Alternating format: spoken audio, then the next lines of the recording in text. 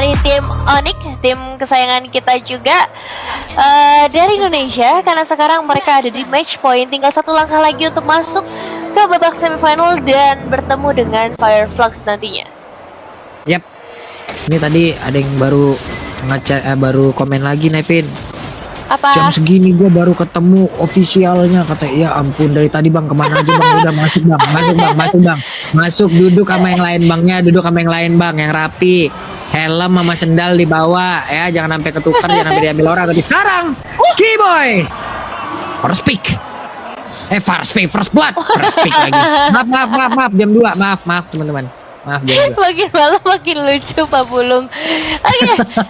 Satu eliminasi yang cukup disayangkan karena sebenarnya pergerakan Keyboy-nya nggak agresif amat, cuman dengan kesempatan yang terbuka dengan lebar, kesempatan itu bisa dimakan langsung sama teman-teman dari RCC. Nah, sekarang harus sudah mulai cari pertukaran.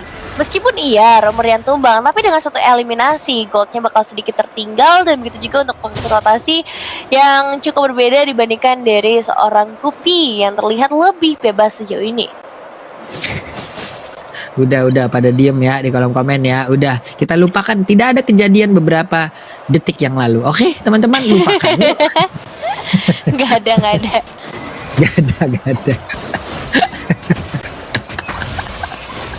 Oke, lanjut lagi. Ada pergerakan di mana kajanya sudah mulai mencari tempat untuk bisa mendapatkan informasi, namun di tempat yang berbeda. Boots versus Castile. Ini jadi fight yang lumayan menarik sih antara kedua belah player, antara Arlott dan juga Lapu-Lapu. Efek sisi yang kuat dari seorang Arlott, terus juga kalau ngomongin mobilitas harusnya masih ada di tangan Arlott ya, lebih tinggi dibandingkan dengan Lapu-Lapu yang punya lebih ke arah burst damage aja. Dan di sini semua playernya kecuali jungler membawa flicker, yang berarti kalkulasinya akan lumayan membingungkan nih siapa yang baru saja mengeluarkan flicker dalam momen-momen tertentu. Dan kita bakal melihat untuk perebutan turtle-nya karena sekarang sudah mulai ada di chest Sans mendapatkan eliminasi Nana yang begitu menyeramkan, dan follow up akan langsung menuju ke arah Netherrealm yang baru saja dibukakan oleh seorang troublemaker, sementara Kairi bisa bebas banget dapetin turtle yang pertama. Bisa-bisa tadi di area mid ya, Nana yang digunakan oleh Sans mendapatkan 1 poin kill, dan untuk sekarang Kaja hanya bisa melihat dari kejauhan. Kairi udah balik lagi menuju ke arah landing yang dia miliki, tapi Sansnya melihat di area belakang, magic boomerang langsung dikeluarkan, ada flicker yang udah langsung terlihat pula. Namun dengan adanya satu pergerakan saja begitu menyakitkan membuat Wizard pun langsung lenyap dari tersebut, tapi pertempurannya belum berakhir. Sansnya masih berhasil selamat dan pergi dari tersebut, tapi Kairi sendirian. Tapi Kairi masih bisa pergi dan juga kabur dari kerumunan player dimiliki oleh RCC, walaupun untuk tidak waktu yang lama. Selesailah sudah. Iya, Keyboy hampir saja terculik ya, meskipun memang udah nggak divine judgment di tangan dari seorang Kupi, tapi informasi dan beberapa waktu harus sedikit terbuang. Dan kita melihat juga bagaimana teman-teman dari Onyx nggak mau banget kehilangan Kairi, ditungguin tadi sama dua pemain lainnya, meskipun pada akhirnya harus di take down juga, terlalu tipis nyawa yang dimiliki atau yang tersisa. Dan balik lagi ke area top lane masih menjadi zona favorit bagi beberapa jungler ya, karena dari tadi sempat melakukan rotasi ke area top lane. Tambah lagi turtle selanjutnya bakal ada di sekitar area atas. Oke, damage-nya begitu menyakitkan. Pola kombinasi macam apa lagi yang barusan dikeluarkan oleh Keyboy, memanggil satu rekan yang membuat Wizard terkapar dengan sangat-sangat cepat di area tersebut. Wah, itu barusan apa lagi coba? Dia manggil, attack Wizard di Guiding Wind kepanggil. Aduh, boy. Boy, banyak banget aksinya memang ya. Untuk saat ini RCC dengan pressure yang udah mereka terima di area bottom lane, beberapa pertandingan gold sudah dikuasai, mereka bakal coba untuk balas dendam. Ada Albert di Fajaj langsung gak ada misi penyelamatan yang bisa dilakukan, tapi sepertinya trade akan dilakukan oleh teman-teman Onyx ke arah turtle saja. Jadi mau nggak mau Albert harus menerima kenyataan 1 kali ter-takedown. Yap, Albert tidak punya flicker barusan. Terkurung juga dia di tengah-tengah player yang dimiliki oleh RCC, namun di bagian bawah sepertinya mereka berusaha untuk bisa menumbangkan dan juga menghancurkan ke arah satu autopilot tersebut. Tapi Matilda menjadi korban selanjutnya. Kairi sendirian, haruskah dia menghadapi ke arah beberapa player? Dan untuk sekarang sedikit lagi tersisa di dalam tubuh dari Kaja. Akankah Kajanya berhasil selamat dan juga kabur dari tersebut? Tapi tidak untuk Wizard, karena Wizardnya berhasil langsung dilenyapkan dengan sangat cepat. Di tempat yang berbeda, Nananya menjadi korban pula. Kastilnya mencoba untuk bisa pergi dari tersebut, tapi Kastil tertinggal sendirian dan dikeroyok habis-habisan oleh Lapu-Lapu dan juga Fredrin. Iya, bukan kematian yang harus dialami sama seorang Castle sih menurutku. Karena kan tadi ketika ada Wizard yang udah di take down, mereka masih bisa melarikan diri. Tapi it's okay, sekarang masih sangat imbang dari segi goldnya ataupun dari segi objektif. Hanya ketinggalan satu surat saja bagi teman dari tim Onyx. Dan itemization ini udah mulai mengerucut ya. Necklace of Durance, tangan dari seorang Troublemaker. Gak mau lagi ada power yang terlalu besar dari seorang Boots terutama, dan juga Keyboy sini. Dan Albert tetap yang paling tinggi ya dari sisi golnya. Walaupun tadi dia udah berhasil disikat juga, tapi ada beberapa assist yang masuk juga ke dalam tubuhnya. Ada satu hal tadi yang udah dia lakukan juga sebelum beberapa player yang memiliki RCC berhasil mengamankan ke arah Albert. Dan untuk kalau kita ngelihat dari segi pemilihan hero yang dibawakan juga, Boots akan sedikit kesulitan ketika ada dua pemain di area top lane dengan mobilitas yang terlalu tinggi. Dia harus menunggu sampai nanti mungkin bisa masuk ke area team fight. Akibatnya satu outer turret tambahan kembali lagi menjadi milik dari RCC, dan belum ada player Onyx yang bisa menembus nih outer turret selanjutnya. Ya, di bagian bawah belum ada dijagain. Barusan udah terlihat ada Wizard dan juga Kajanya tadi yang emang benar-benar menjaga daya tersebut. Pupi tadi ya hadir untuk bisa memberikan backupan, tapi Turtle akan memanggil keseluruhan player ini untuk berada di area dari pit Turtle tersebut. Wih, ini dia Divine Judgment yang bakal coba untuk menarik satu pemain dari tim Onyx, tapi belum ada yang bisa dieliminasi. Malahan Wizard dalam bahaya besar. Netherrealm di waktu yang tepat, dan Boots akan coba untuk menghentikan satu persatu pemain mereka, dan dua pemain hilang di waktu yang begitu singkat. Albert punya damage output yang dinantikan, dan akhirnya ditambah lagi 3 total pemain yang berhasil di take down oleh tim Onyx, dan ini akan menjadi turtle milik Onyx juga. Dengan begitu banyaknya keuntungan dalam waktu yang singkat, ini inisiasinya sih bagus banget ya. Counter setup lebih tepatnya, karena sebenarnya RCC duluan kan yang mulai, tapi pembalasan dari ini damage dari Albert udah kacau balau sih. Luar biasa sekali damage yang bisa dia hantarkan barusan. Sementara di bagian atas one shot, mau pergi ke arah mana? One shot, Boots mencoba untuk bisa mengejar, dilemparkan dan selesai lah sudah. Boots solo kill terhadap one shot. kok sakit banget ya ternyata. Damage dari Boots Dim dia menghanyutkan, dan Sans hampir saja ke pick off. Satu buah flicker lagi-lagi harus tertrigger. Kali ini datangnya dari seorang Castle yang sudah mulai aktif di arah team fight, karena laningnya tadi udah mulai dikuasai dengan sangat amat baik. Teleport Memories sempat terbuka juga tanpa memberikan impact yang terlalu signifikan, dan ini dia waktunya invasi dari seorang Kairi. Oke, mereka semua udah mulai berkumpul di area dari purple buff yang dimiliki oleh RCC. Albert mengamankan dulu dari monster jungle, namun di tempat yang berbeda udah ditarik dengan satu divine jump. Akankah bisa selamat? Karena untuk kali ini Keyboy-nya berhasil dihancurkan, tapi itu pun membuat beberapa player yang dimiliki oleh RCC maju terlalu dalam, masuk ke dalam area defensif yang dimiliki oleh pemain dari Onyx. Untuk sekarang Troublemaker menjadi korban pertama. Pertukaran terjadi sih memang antara Troublemaker dan juga seorang Keyboy.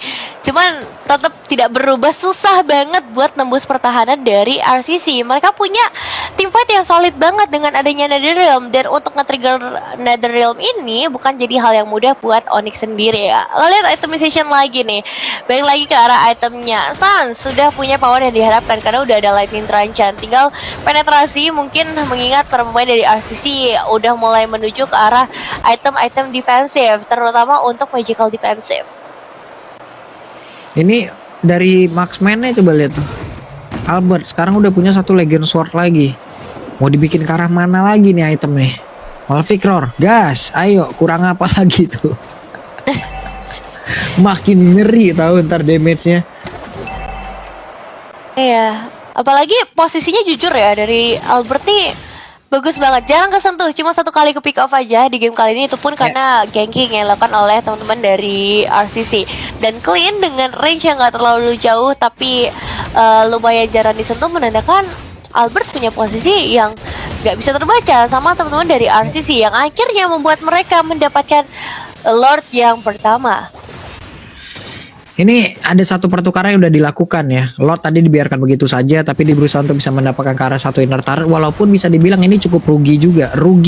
Bisa dibilang rugi besar malah untuk Royal Cyber Sport Club ya. Kenapa? Karena dengan satu Lord itu bisa mendapatkan lagi ke arah dari beberapa objektif loh. Entah itu inner turret di bagian bawah, inner turret di bagian tengah, ataupun inner turret di bagian atas. Karena outer turret di bagian tengah ini kayak ini paling riskan nih untuk ditumbangkan sekarang nih.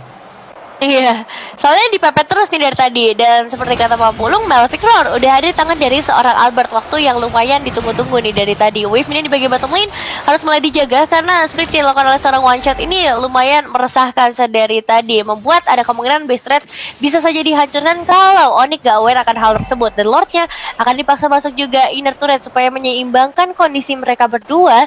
Gold yang gak berbeda jauh ini bisa dikejar dalam beberapa team fight saja. Tapi lihat posisi dari seorang one shot yang sudah mulai dikejar. Mereka pengen dapetin auto trade di arah mid lane. Yap, di area tengah walaupun tadi udah terlihat ya pergerakan yang dimiliki oleh one shot, tapi mau nggak mau one shot pun langsung diusir mundur. Harus jauh, outer turret di area tengah berhasil dihancurkan. Inner turretnya akan menjadi korban selanjutnya. Ini loh, web berhasil Sans dengan pasif yang dia punya. Sans. Aduh. Padahal tadi di early game ya, itu Sans masih sanggup nge-solo pick off one shot yang di area mid lane ketika rebutan turtle. Tapi sekarang kondisi udah mulai berbalik, karena emang hakikatnya begitu, assassin ketika bertemu dengan mage harusnya bakal lebih unggul dari sosok assassinnya. Ditambah dia udah punya item-item yang mungkin bisa menambahkan lagi nih power dasar dari seorang Nolannya. Kita bakal melihat ini dia inisiasi yang dibuka oleh Onyx. Waduh, Keyboy-nya hanya memancing, namun untuk sekarang ada dua player yang mungkin terjebak masuk terlalu dalam. Sans menjadi korban. Ada konsil udah langsung dikeluarkan. Kaja mencoba untuk bisa menarik lagi ke arah satu player, tapi ada Netherrealm. Pak Lapu-Lapu berhasil langsung dihancurkan pula. Kairi berusaha bisa menghilangkan ke arah satu player, tapi ada pergerakan di mana Albertnya begitu baik untuk menghantarkan damage. Bahkan untuk sekarang ada 3 player dimiliki oleh RCC, lenyap seketika. Albert triple kill. Wow, triple kill. Albert benar-benar gak mau pelan-pelan sini. Wow, dengan 3 eliminasi yang berhasil didapatkan. Terima kasih pastinya ke arah seorang Keyboy juga ya, dengan Matildanya yang bisa ngebawa Albert jauh itu. Tapi ini posisi yang lagi-lagi gak bisa dijangkau sama para pemain dari RCC. Oke, mereka kehilangan Sans, tapi itu gak menghilangkan semangat mereka untuk bisa ngasih power defensif yang sesuai dengan permainan Onyx biasanya. Ditambah Kairi, pressure rate-nya somehow bisa langsung menguras banyak banget HP bar dari RCC, dan tinggal eksekusi aja yang diserahkan ke arah Albert. Ini siapa masalahnya yang emang mau ngedeket banget ke arah Albert kayak tadi ya. Damage yang dihasilkan oleh Albert udah gede banget loh. Item-item yang dia punya itu item mahal semua. Dia punya BOD, dia punya Endless Battle, dia punya Malefic Roar. Mungkin dia bisa aja membuat satu pertahanan diri ya dengan WN, karena sama ada pergerakan dari Nolan dan juga Brody yang mungkin bisa mengantarkan physical damage yang sangat besar, termasuk dari Arlott juga. Keyboy barusan memancing karena beberapa player, tapi dari Albertnya coba lihat posisinya paling belakang, paling sulit untuk bisa digapai oleh pemain dari RCC. Bootsnya membuat sebuah pagar agar tidak ada yang bisa terlalu maju untuk bisa masuk ke dalam area pertahanan yang dimiliki oleh pemain dari Onyx, karena mereka sudah memiliki Lord. Ya, zoning outnya berjalan dengan rapi seperti biasa. Onyx akan mengawal Lord yang sudah ter-enhance dari bagian bottom lane. Dan jujur, one shot ini lumayan meresahkan loh dari tadi. Hampir aja dia bisa melakukan perebutan ke arah Lordnya. Untuknya retribution on point masih ada di tangan dari seorang Kairi, dan 4 pemain lainnya dari tim RCC tadi mau nggak mau harus dipukul mundur, menghindari damage yang bisa saja diberikan oleh seorang Sans. Udah tahu ya mengerikannya Nana di patch yang sekarang. Dan dengan Lord yang hadir kali ini, beberapa base turret bisa saja menjadi milik Onyx. Bahkan base-nya sekalipun bisa saja menjadi milik Onyx kalau mereka mendapatkan eliminasi tambahan dengan Boots yang sudah berjaga-jaga di bagian bottom lane. Boots pede banget mencari informasi dan udah ada pergerakan di mana 4 orang. Player Onyx yang lain udah langsung mendekat. Lordnya di bagian bawah menghancurkan ke arah satu Bestar yang ada di area bottom lane. Dan juga Lordnya berhasil langsung dihancurkan. Kairi ada di bagian tengah. Sabar lagi mereka mundur secara teratur. Dan Sun seperti biasa memancing keributan. Tapi ada Kaja mencoba untuk bisa mendekat. Akankah Kajanya bernafsu untuk bisa menarik ke arah dari Sans, dan bener saja flicker ditarik Divine Judgment, tapi Sans satu kali ini bisa selamatkan Sansnya. Dikejar bisa-bisa di tempat yang berbeda. Ada pergerakan di mana para misnya sangat-sangat terancam keberadaannya. Troublemaker berhasil langsung dihancurkan. Terpancinglah sudah beberapa pemain yang menilai RCC. Double kill berhasil langsung didapatkan pula oleh Albert. Ada satu wave minion yang udah keluar dan itu pun dengan sangat gampang yang bisa dihancurkan. Ini masih ada satu buah wave minion lagi di bagian bottom lane, tapi dengan kehilangan seorang Sans dan dari RCC juga masih memegang 3 pemain mereka. Mungkin Onyx akan menambahkan base rate terlebih dahulu yang menjadi prioritas utama. Tapi lihat dari Spambusnya, dia ada overall bakal coba untuk menahan 2 pemain sekaligus, dan follow up damage akan segera hadir. Ditambah dengan adanya seorang Kibo yang begitu berani. Sabar dulu, nggak boleh terlalu terburu-buru karena sekarang mereka akan memperkuat pertahanan atau perlawanan dari tim Onyx dengan menghancurkan 1 buah base turret lagi di area mid lane.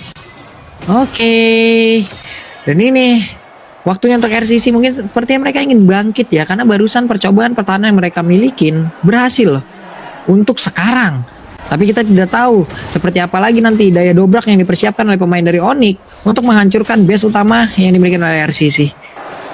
Yes, dan kalau kita lihat dari segi itemization-nya, ini dia Divine Glaive, item kunci dari sosok Sans yang nanti bisa menembus HP bar dari seorang Castle karena dia udah punya Athena Shield. Begitu juga untuk seorang Kopi yang sudah memegang Athena Shield. Sisanya sebenarnya nggak terlalu tanky ya buat teman-teman dari RCC, malahan dari Onyx yang juga harus mulai berjaga-jaga dengan item defensif mereka, karena kalau enggak damage jauh, jarak jauh yang datang dari seorang Wizard, terus juga datang dari seorang one shot, ini bisa aja ngebuat mereka dalam bahaya yang besar. Tapi kalau ngomongin objektif, Lordnya ini udah ada dan konsil apa belum? Oke, ada konsil yang udah langsung dikeluarkan, tapi lapu-lapu mengetahui, Bootsnya mengetahui bagaimana pergerakan. Namun untuk sekarang udah ada bala bantuan yang langsung hadir, malahan Wizardnya langsung menghilang dengan sangat-sangat cepat. Mau pergi ke arah mana? Ada Molina tadi udah langsung dikeluarkan, dan juga pertempuran kembali terjadi di tempat yang berbeda. Tapi Lordnya malah menjadi milik dari RCC. One shot nambah pergi ke arah mana? Albert mencoba untuk bisa mengejar ke arah dari Troublemaker. Troublemaker berhasil kabur ke tempat yang lain, tapi sepertinya untuk one shot masih berhasil selamat. Troublemaker berhasil diketemukan di dalam rumputan. Upayanya cukup baik ya untuk keluar dari line of down. Tapi mau gak mau sih udah 3 pemain, udah ada penjebakan, dan sekarang Onyx harus ada yang dikirim buat ngejaga Lord di bagian bottom lane. Sebenarnya mereka punya super minion, jadi mungkin ini bisa ngehold beberapa saat sampai nantinya base rate di area top lane bisa saja mereka paksakan. Gak ada 2 pemain sejauh ini, dan Onyx punya space yang luas. Cuman kalau misalnya mereka pengen kemenangan yang lebih pasti, ya gak masalah untuk sedikit bersabar, clear dulu satu-satu, dan nungguin lagi nih untuk objektif besar selanjutnya. Karena beberapa saat lagi Lord yang muncul ini adalah Lord yang sudah ter-evolve, yang pastinya dari segi HP bar-nya pun jauh lebih tinggi dan lebih meyakinkan untuk membawa Onyx ke dalam kemenangan. Ini pun beton kalau ditembak sama Albert, tumbang juga, nyeretak juga nih. Tapi Kiboy ada konsil dari belakang. Untuk Albertnya masih berjuang sendirian, dipanggil kembali, tapi Arlot mencoba untuk bisa menghilangkan pergerakan dari Albert, tapi Albert masih sempat untuk bisa selamat dengan immortal di dalam tubuhnya. Sansa di tempat yang lain berhasil dihancurkan, tapi shutdown pun tercipta. Albertnya berhasil langsung dilenyapkan dengan sangat cepat, tapi Bootsnya ada 3 player kali ini yang dimiliki oleh Onyx menghilang dengan sangat-sangat cepat, menyisakan 2 player saja. Menjadi satu hal yang begitu mengerikan di menit ke-18 karena respawn time-nya sudah cukup lama.